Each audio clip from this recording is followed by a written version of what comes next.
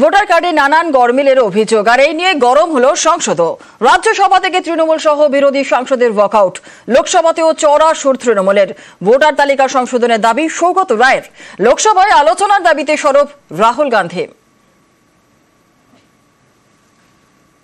বাংলার লোক যাতে ভোট দিতে না পারে, একই এপিক নাম্বারে বাংলার ভোটারের যেখানে নাম আছে সেখানে হরিয়ানা, পাঞ্জাব, রাজস্থান, বিহার সব নাম ঢুকিয়েছে। মনে রাখবেন, আমরা 26 দিন অনশন করতে পারলে ইলেকশন কমিশনকেও গণতন্ত্র ফিরিয়ে দেওয়ার দাবিতে আমরা কিন্তু ওখানে ধর্ণা দিনের পর দিন দিতে পারি।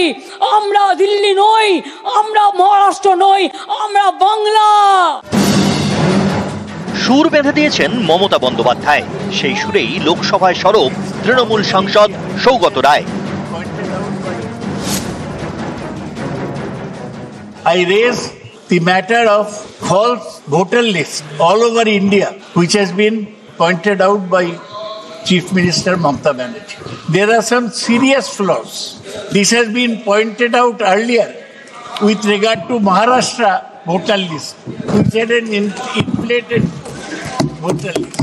Now they are preparing to jump on Bengal, which has an election next year. Sir, I demand that the total voter list should be thoroughly revised. Commission should answer to the country. Voter list सरकार बनाती है क्या? Sir? Voter list सरकार बनाती है क्या? স্পিকারের এই মন্তব্যে গরম হয়ে ওঠে লোকসভা।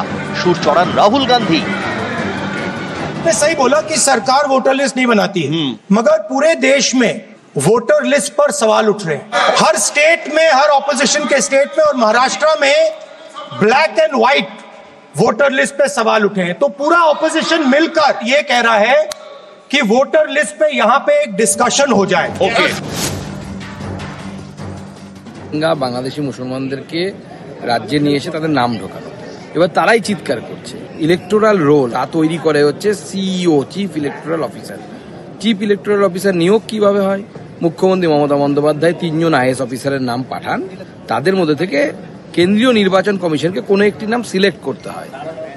তারা কাজ করে, কাজ করান কাদেরকে দিয়ে? ডিএমকে দিয়ে। বিডিও, এসডিও, তাদের কথা নাই বললাম। তারা ভোটার লিস্ট তৈরি করে। অর্থাৎ পশ্চিমবঙ্গের ভোটার লিস্টে যদি কোনো গড়বড় হয়, তার সব থেকে বড় দায়িত্ব রাজ্য সরকারের।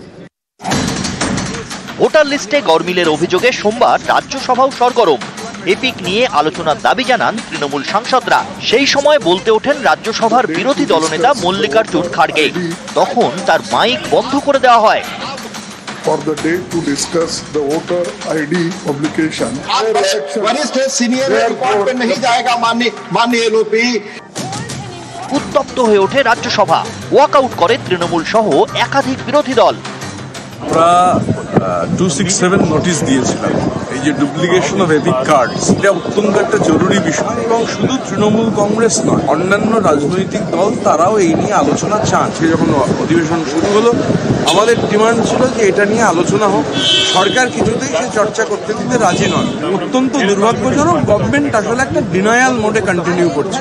17.5 লক্ষ যে ভুয়ো জাল ভোটার আছে, তাদের জন্য আগামীকাল যাচ্ছি নির্বাচন কমিশনের দরবারে। এখন প্রশ্ন হলো, তৃণমূল সর্বত্র যেভাবে ভুয়ো ভোটার ঢুকিয়েছে, সেই নামগুলোকে ভোটার লিস্টে রেখে দেওয়ার জন্যই এই বিতর্ক তৈরি করছে। এই চক্রান্তে তৃণমূল কংগ্রেস সফল হবে না। নিউজ 18 বাংলা।